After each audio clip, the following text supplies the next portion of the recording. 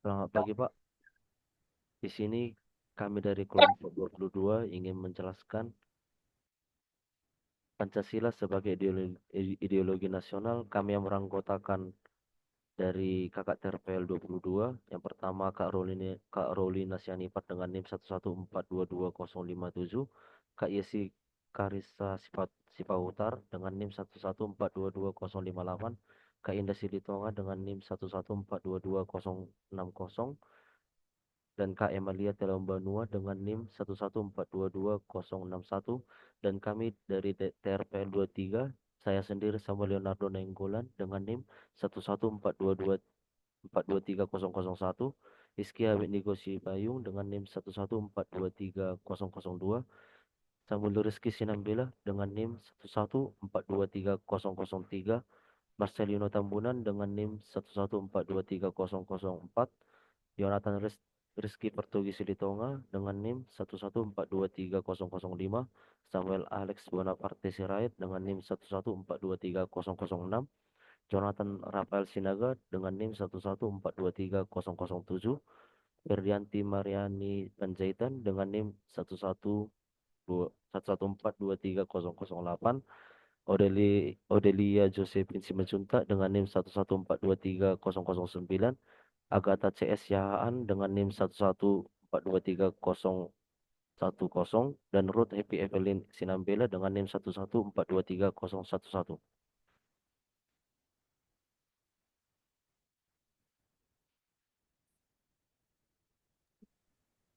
Selanjutnya akan dijelaskan oleh Kak Rolina dari TRPL 22. Pancasila sebagai ideologi nasional. Pancasila sebagai ideologi nasional merupakan fondasi utama yang mengatur kehidupan berbangsa dan bernegara di Indonesia. Ideologi ini tidak muncul secara tiba-tiba, melainkan lahir dari perjalanan panjang sejarah, budaya, dan nilai-nilai yang telah berkembang dalam masyarakat Indonesia. Dalam konteks ini, Pancasila mencerminkan identitas dan karakter bangsa yang beragam, serta menjadi pengikat antara berbagai suku, agama, dan budaya yang ada di tanah air.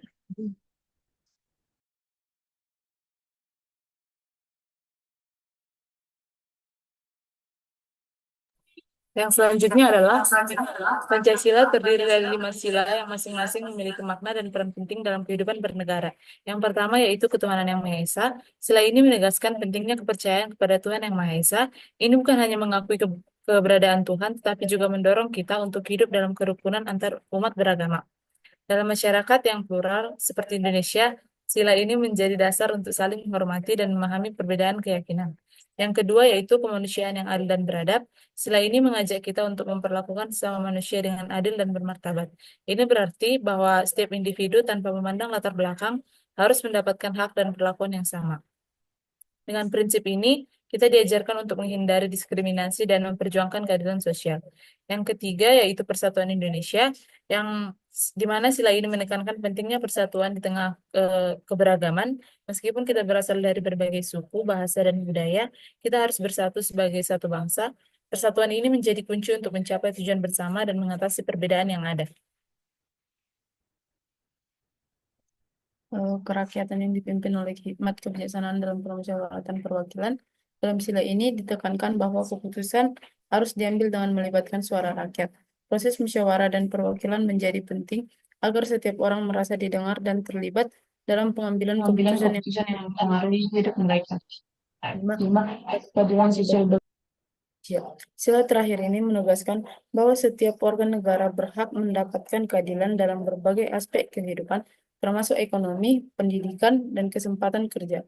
Keadilan sosial menjadi tujuan utama dalam pembangunan bangsa agar tidak ada yang tertinggal atau terpinggirkan.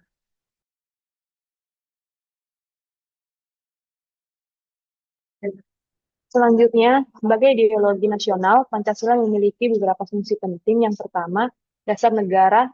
Pancasila berfungsi sebagai dasar hukum yang mengarahkan pembuatan kebijakan dan peraturan. Semua langkah yang diambil oleh pemerintah harus sejalan dengan nilai-nilai Pancasila agar tetap relevan dan dapat diterima oleh masyarakat. Kedua, pandangan hidup bangsa. Pancasila menjadi pedoman dalam kehidupan sehari-hari, baik dalam aspek sosial, politik, ekonomi, maupun budaya.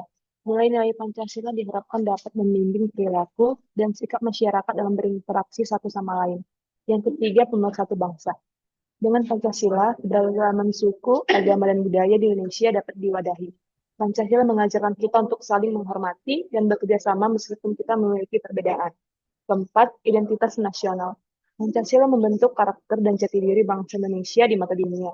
Ini menunjukkan bahwa Indonesia adalah bangsa yang menjunjung tinggi nilai-nilai kemanusiaan, persatuan, dan keadilan. Selanjutnya akan dijelaskan oleh rekan saya. Pancasila sebagai ideologi terbuka. Ideologi terbuka adalah sistem pemikiran atau pandangan hidup yang bersifat fleksibel dan dapat beradaptasi dengan perkembangan zaman tanpa kehilangan nilai dasarnya. Ideologi ini memberikan ruang bagi pertumbuhan dan pembaruan sesuai dengan dinamika sosial, politik, dan ekonomi suatu bangsa. Karakteristik ideologi terbuka yang pertama adalah fleksibilitas, yaitu mampu beradaptasi dengan perubahan sosial, politik, dan ekonomi. Yang kedua, kebebasan interpretasi, yaitu masyarakat memiliki kebebasan untuk menafsirkan dan mengimplementasikan nilai-nilai dasar sesuai dengan kondisi yang berkembang. Yang ketiga, ada perbedaan dengan ideologi tertutup, yaitu ideologi tertutup bersifat kaku, dogmatis, dan tidak dapat diubah atau dikritik. Dalam ideologi terbuka, masyarakat memiliki kebebasan untuk menafsirkan dan mengimplementasikan nilai-nilai dasar sesuai dengan kondisi yang berkembang. Hal ini berbeda dengan ideologi tertutup yang bersifat kaku, dogmatis, dan tidak dapat diubah atau dikritik. Selanjutnya, ciri-ciri Pancasila sebagai ideologi terbuka. Nilai dasarnya bersifat tetap. 5 sila Pancasila merupakan jati diri dan filosofi bangsa Indonesia yang tidak dapat diubah. Nilai universal, ketuhanan, kemanusiaan, persatuan, demokrasi, dan keadilan sosial bersifat relevan sepanjang waktu. B. Fleksibel dan dinamis. Adaptasi terhadap perkembangan. Pancasila tidak membatasi perkembangan pemikiran, teknologi, dan perubahan sosial. Responsif terhadap tantangan. Dapat diadaptasi untuk menyelesaikan tantangan nasional dan global tanpa menghilangkan identitasnya. C. Tidak dogmatis dan tidak kaku. Kebijakan yang berbasis nilai. Setiap kebijakan dan peraturan negara harus sesuai dengan nilai-nilai Pancasila, tetapi dapat dikembangkan berdasarkan kebutuhan masyarakat. Tafsiran yang beragam. Tidak memaksakan satu tafsir tunggal, memberikan ruang bagi variasi pemikiran.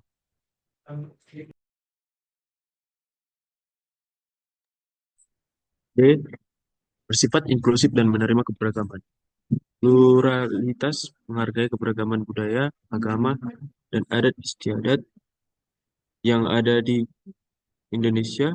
Kreativitas masyarakat tidak membatasi kreativitas dan pemikiran masyarakat, selama masih sesuai dengan nilai-nilai dasar Pancasila.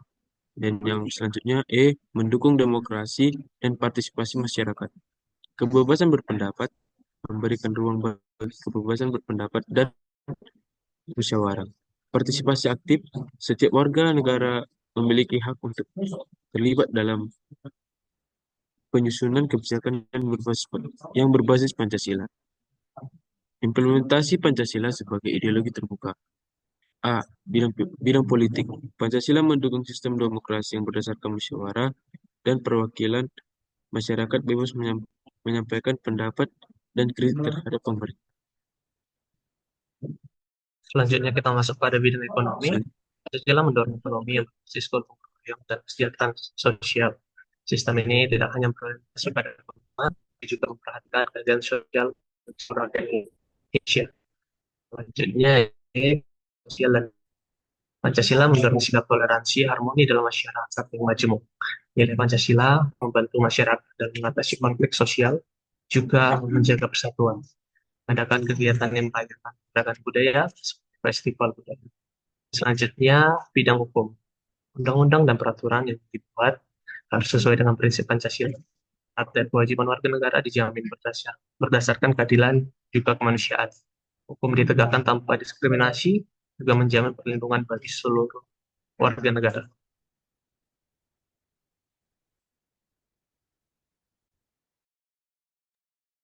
Selanjutnya, tantangan dalam penerapan Pancasila sebagai ideologi terbuka. Yang pertama, ancaman radikalisme dan ekstremisme Pemahaman yang sempit terhadap agama atau ideologi lain dapat mengancam nilai-nilai Pancasila. Kedua, globalisasi dan pengaruh budaya asing. Perubahan budaya yang cepat dapat mengikis nilai-nilai asli Pancasila jika tidak diimbangi dengan pemahaman yang kuat. Ketiga, penyalahgunaan kebebasan. Kebebasan berpendapat dan demokrasi harus tetap dalam koridor nilai-nilai Pancasila, bukan digunakan untuk menyebarkan kebencian atau memecah belah bangsa. Berikutnya, Pancasila sebagai ideologi tertutup. Ideologi tertutup adalah sistem pemikiran atau keyakinan yang bersifat kaku dan tidak menerima perubahan atau kritik dari luar. Dalam ideologi ini, aturan dan nilai-nilainya dianggap mutlak serta tidak boleh dipertanyakan atau dimodifikasi. Biasanya, ideologi tertutup diterapkan dalam sistem pemerintahan yang otoriter, di mana penguasa mengontrol pemikiran masyarakat dan menekan kebebasan berpikir. Ciri-ciri ideologi tertutup yaitu 1. Dogmatis. Ideologi ini dianggap sebagai kebenaran yang tidak bisa diubah, seperti orang yang percaya bahwa pendapatnya selalu benar dan tidak mau mendengarkan pendapat orang lain. Yang kedua, memaksa. Pemerintah menerapkan ideologi ini dengan cara yang keras, tanpa mempertimbangkan perbedaan pandangan masyarakat.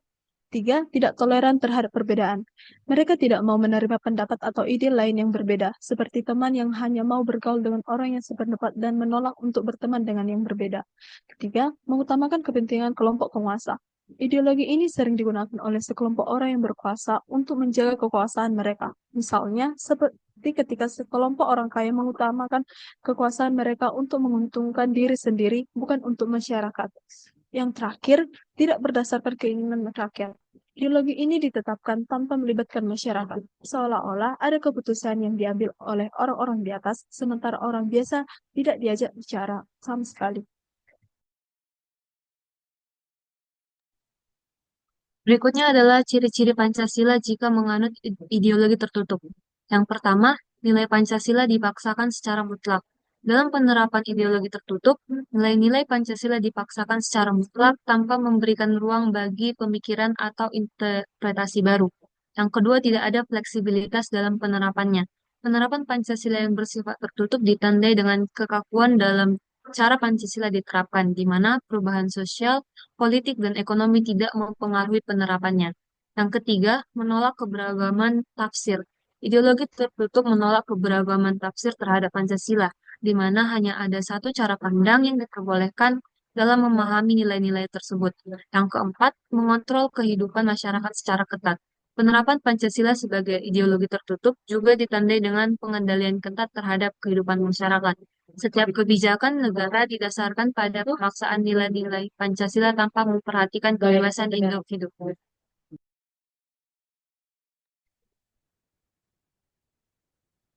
Jadi, kesimpulan dari Pancasila sebagai ideologi nasional ini adalah Pancasila adalah ideologi terbuka karena nilai-nilainya bersifat fleksibel dan dapat berkembang sesuai dengan perkembangan zaman tanpa kehilangan jati diri.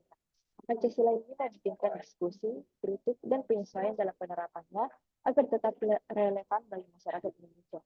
Jadi Pancasila ini bukan ideologi tertutup karena tidak bersifat dogmatis atau memaksa, melainkan berdasarkan musyawarah, demokrasi, dan kebebasan berpikir.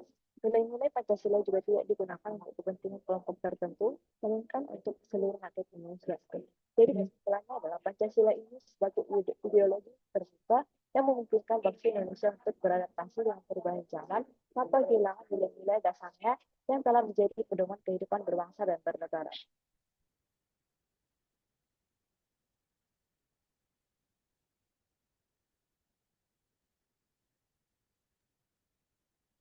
Demikianlah penjelasan dari kami kelompok 22 tentang Pancasila sebagai ideologi nasional. Jika ada kesalahan dalam penjelasan kami mohon maaf dan kedepannya akan kami perbaiki. Terima kasih.